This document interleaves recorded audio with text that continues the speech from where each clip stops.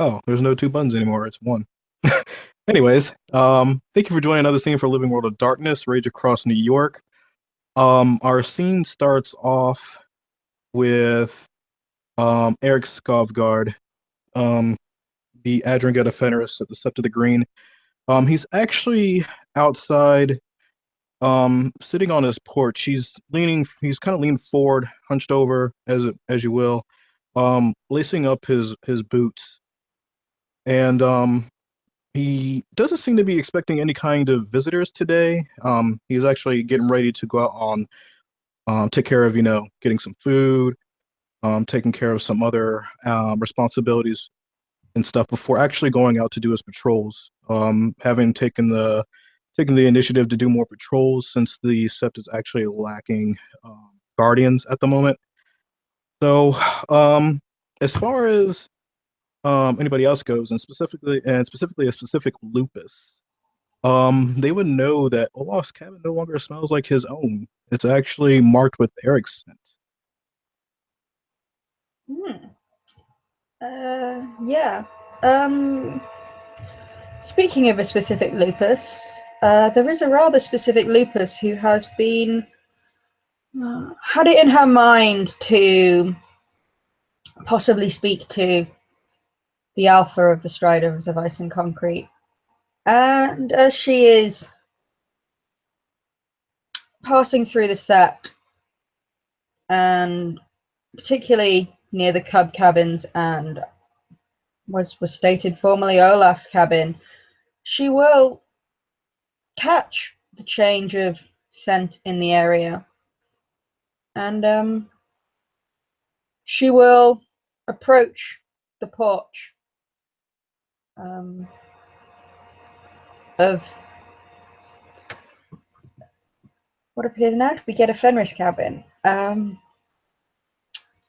and she will pad up to the porch and put her front paws on it, um, and take a longer sniff, before climbing the steps and sitting herself down in front of the door. Well, alas, she will basically find Eric in a rocking chair sitting on the porch. And he kind of just looks at her as he's like hunched forward over his glasses, um, while she's looking at the door, um, and call out to her. Calls? What do I owe the pleasure?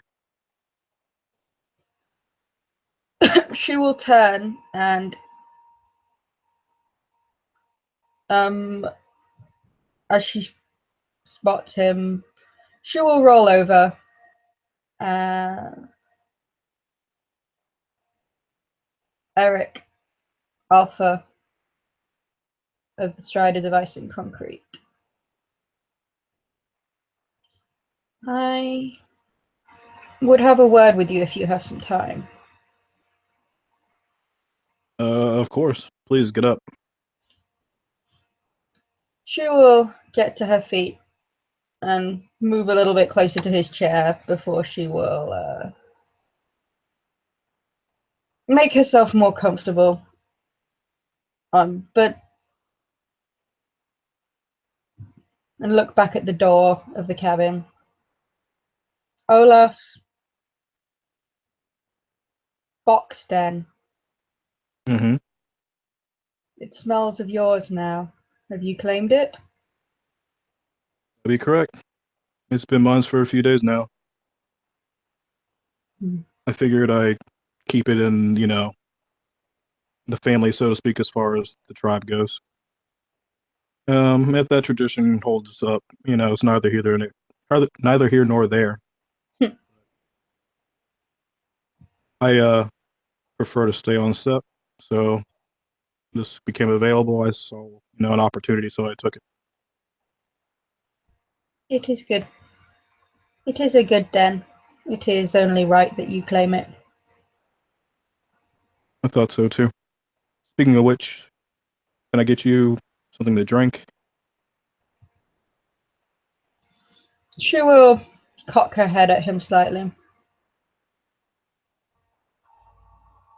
I appreciate the offer, but no, I am fine. And he just smiles and he kind of sits up after he's done lacing up his boots, and he kind of takes the rocking chair by the handles and turns it so he's like looking, towards her, putting an ear, closer to her, so he can, just better regard her. So, what can I do for you? You said you had something to talk to me about?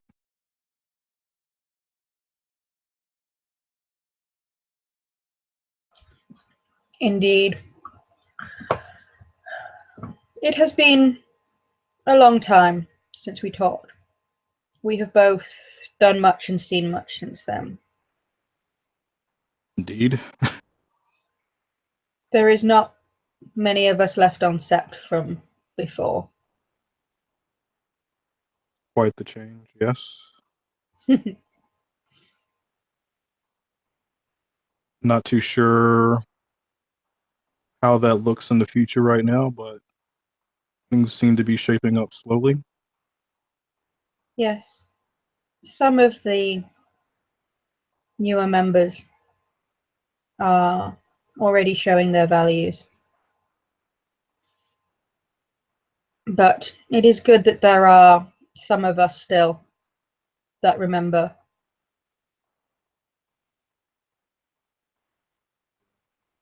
and have the experience and have,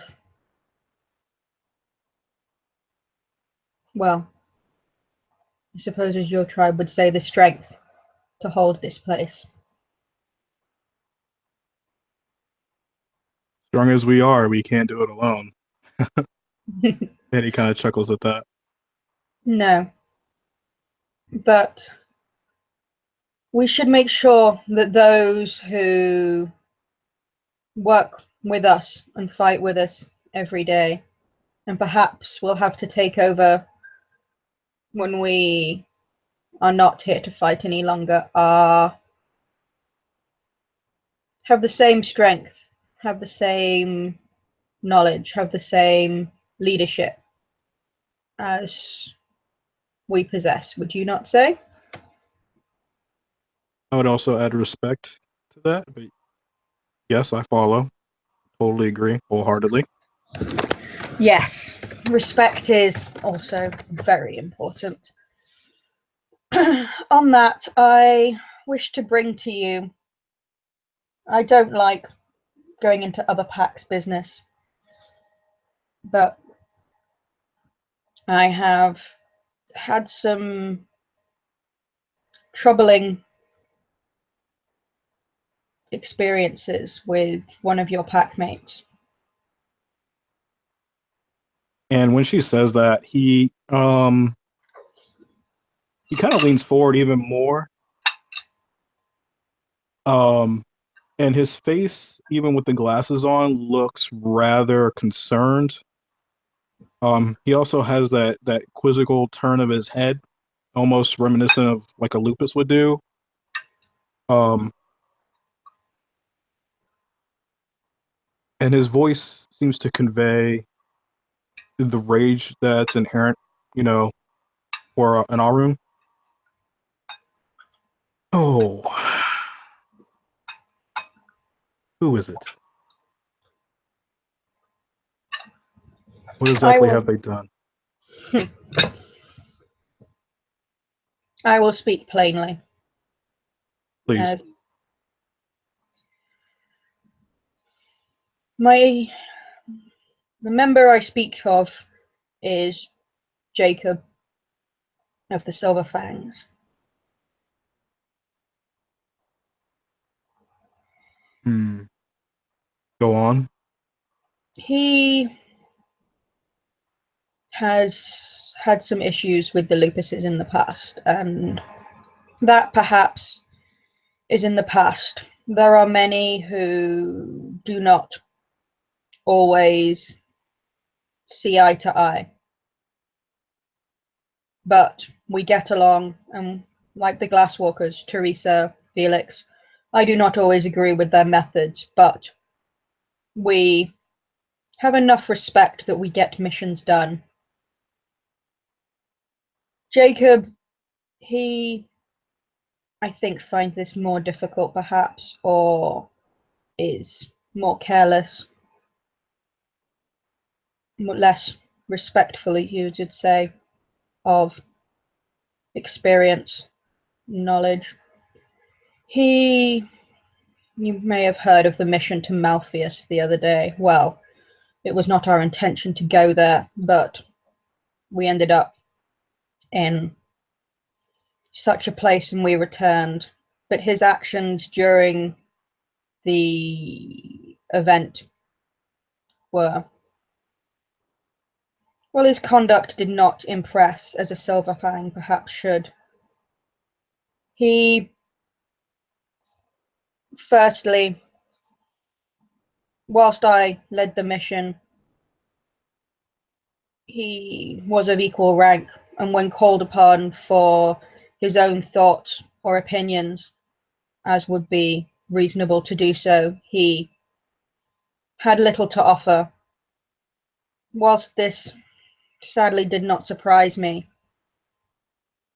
as well, I cannot always speak for his conduct in battle, but I have found it difficult to call on him for support in missions before. His contributions have been sometimes limited. Hmm. But Or, most, sorry, go ahead. No, you go ahead. but most troubling I found for a Silverfang in particular was calling into question leadership. He, as I said, showed little um, little in the way of contribution to leading the mission. Yet, when we went to rescue someone and I stated myself as alpha to them to give them confidence, he called it into question. At the point when we needed a clear structure and a clear leader, he chose to question it. He did not push it further, but his actions after that point showed doubt in leadership, but he showed no efforts to either take control or, as was his right as he is of rank if he wished to challenge, but did not. I do not have evidence that he did defy a direct order, but the influences on the minds in Malpheus, I will perhaps give him some doubt as to whether it was his true intention, but he showed a lack of disregard for leadership throughout from in the mission, which in such a dangerous place is, well, I'm sure you understand the risks. Oh, I totally understand. And when I've heard about it, I was quite pissed. To be honest with you, I've debated for days whether I was going to drag William out and just straight up beat him. But I have to remember that this oath of silence, rattles twigs, is one that just doesn't really answer well to being physically punished. He's an Arun. He's used to it. No, he uses. I I completely understand. I wished in the aftermath of that to wrap my jaws around his throat and to try and talk some sense into him. He wishes to lead, or he had plans to lead my cubs and join a pack and be their alpha. That is not how an alpha should lead. He puts them at Mm, risk. no, But he should not be alpha. He should not be alpha. as you say, if I had grabbed him and put him on the ground and put my teeth around his throat, he would not have seen that as a lesson. He would have seen that as He would have used my actions merely to justify his own mental battle that he fights with the nation.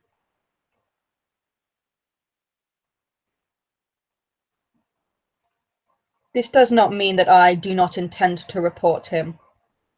His actions going against something took us all into a dangerous place, and as an Arun, the Wormfoe will know of the risk that he poses, and so that all missions that he are in can be considered, and he can be, well, I would hope trained, but perhaps Garrett might have better words for him. He never listens to me as den mother. He won't listen to me now. That's very concerning. But as far as Jacob is concerned, he is mostly your concern, but as a Silver Fang, as one who some would say should be a leader, if not always an alpha, I will not step in your place, Alpha, but if he was in my pack, I would be concerned, both for later and for now. Maybe he respects your actions more, but you are not always his alpha. Sometimes others must lead him, and sometimes he must lead. If he puts others at risk, be they cubs, although we have none now, be they others of the sept, it is. She's going to look away at this point. Perhaps of particular concern to me, seeing as your beta, is someone I would call a sister. I know she is strong enough and can defend herself, but I would like to think her pack is strong.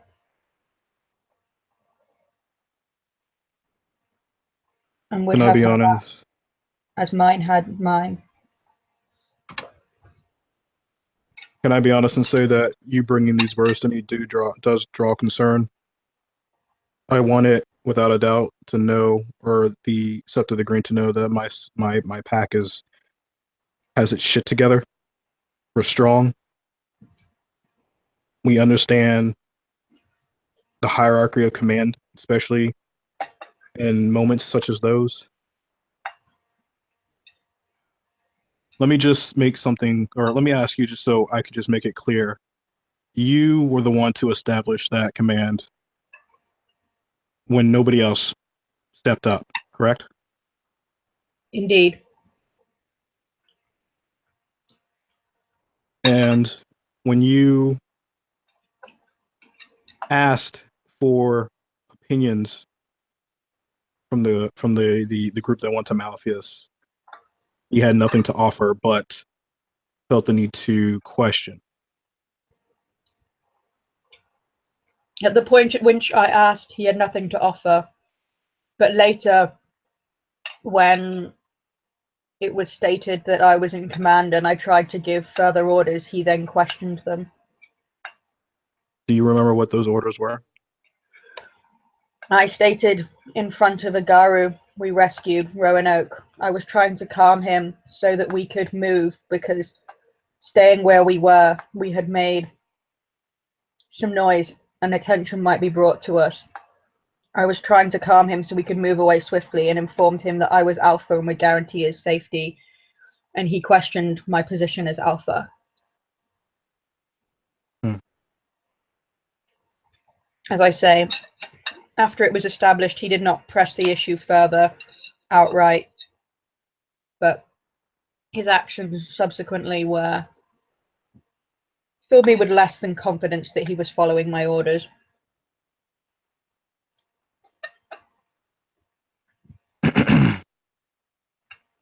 I do not know who he exactly thought was leading before then. maybe he hadn't realized, or I don't know what went through his head or what he thought was going on before then.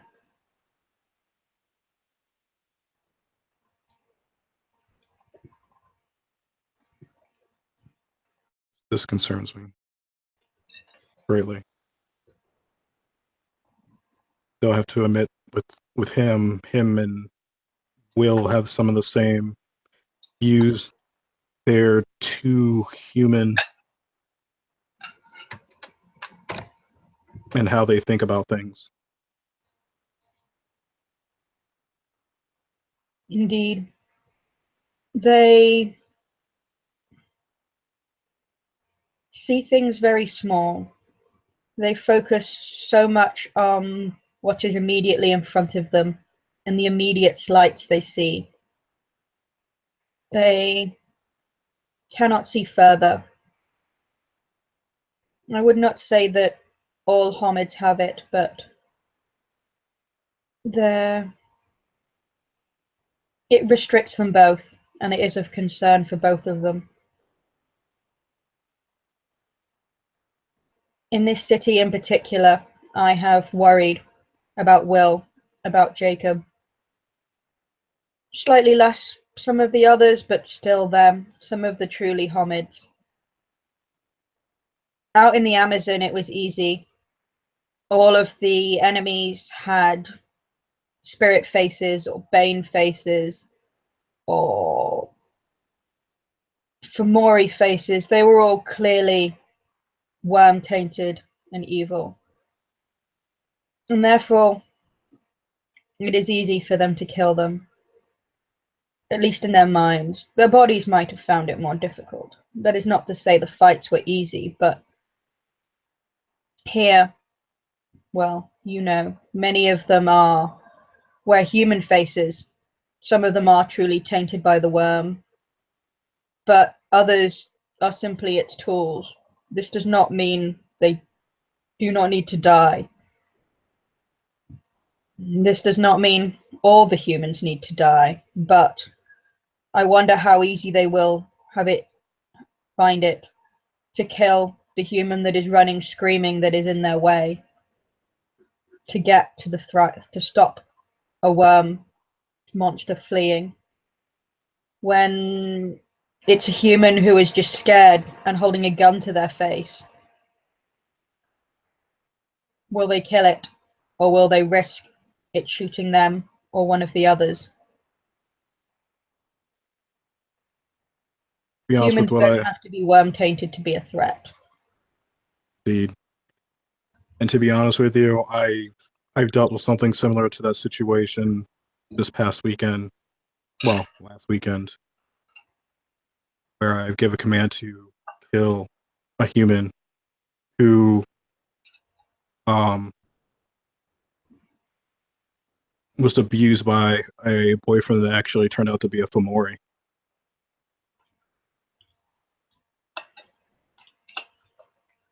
The woman had seen Will's face, had seen Felix's face.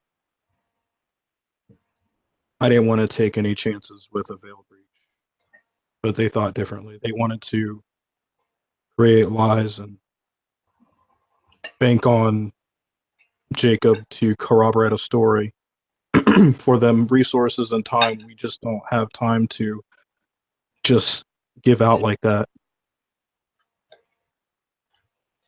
They are so naive. They were not here when the sect was filled with the hominids, those policemen, those guards with their guns, who threatened all of us, and not just us, our kin. Yep. And part of me is part of the blame due. I caved. I made sure that as long as she succumbed to the insanity from seeing our war form live, but I told them, I made a promise to them that they would be shitting out their teeth for a month if I saw their faces. on the TV, the Homemade box.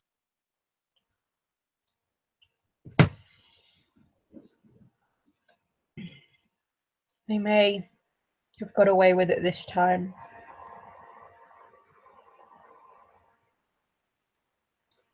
I think I will have to try. My words may mean little.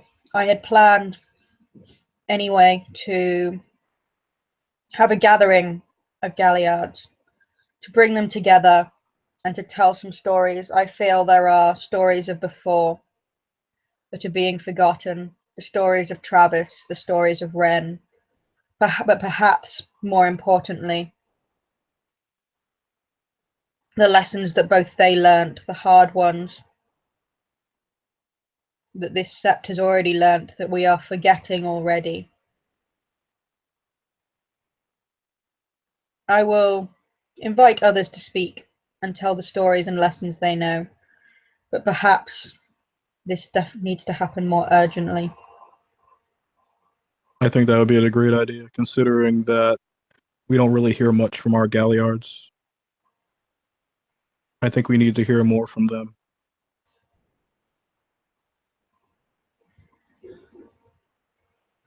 And with you, I know Chloe respects you greatly. Chloe knows many stories too. She would definitely have lessons that perhaps I would not see of this place to teach them. I will speak with her. We will arrange it. Good, I'll let her know that she should expect you. As far as the slight from my packmate towards you as Alpha, I am responsible. Was there anything you wish from me to correct that slight? I hand it to you. You have rank on me, but more importantly, I trust you. Your strength as an alpha has been clear before. Your leadership has been good. Perhaps try and convey some of those to Jacob. He may not hear your words. As much as they like to spout their words and say that their words make them better, neither him nor Will need to seem to be very good at listening to them. Oh. No, especially Will. He's very much like a large man child. It's quite annoying.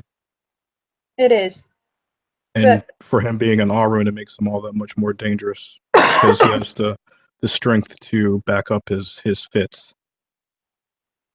indeed, as I say, I plan to speak to the worm about him. I will not allow him and his recklessness to put the sept at risk, and those on it, both the Garu and the kin.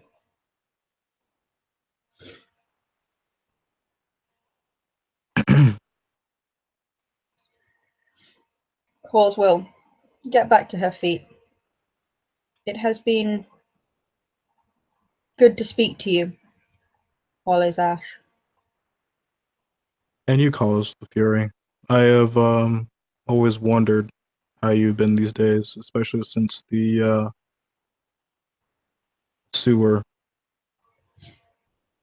the jaunt in the sewer, and I know we've both been quite busy with our respective duties, but it's glad to know that you're still around and that you're strong and healthy, and that you're I, here to help guide the sept in the direction that it needs to go in. I appreciate your words. I had heard the tales from Chloe and the others of your actions, but it is good to see that they are backed up and that they are true. And he offers her a close lip smile. uh,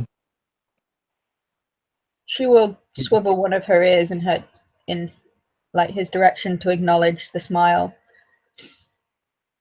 I will leave you to your duties. You looked like you were off somewhere. Yeah, patrols. I'm doing like triple shifts now because, we only have so many I guardians as of late since the Amazon. I am not a guardian, nor have I ever been. I did some rounds for Chloe at one point while she was indisposed, and for Sinner before, to help out if you would need the help. I have some keeper duties, but I have no cubs right now, so I could lend my strength to some and my senses to some patrols. I think we can greatly appreciate that. I hate to ask you, but do you carry a cell phone? She just gives him that very long stare. He seems kind of sheepish asking when he says I it. I do not. I understand greater communication would be better, and the fact I am not in a pack limits my communication with others. I don't think it's neither here nor there if you have one or not. I just wanted to know. I can let the I'll let the warder know that you're more than willing to assist us in the endeavor of protecting the sept and the bond itself. And if we need you, we can easily find you, I'm sure. It's not a problem. I wouldn't subject you to using Weaver tools. She gives him a slightly lupusy smile at that point. So yeah, her teeth curl back in a way, but you could definitely get the impression it's not aggressive, but there's definitely a slight show of teeth at that point. No problem. All right, calls. I gotta go. But again, it was a real pleasure. Let's not go this long without speaking to each other again. Agreed. Those of us who remember should get a chance to remember sometimes. Yeah, especially when it's us, basically me, you, Chloe, and Garrett.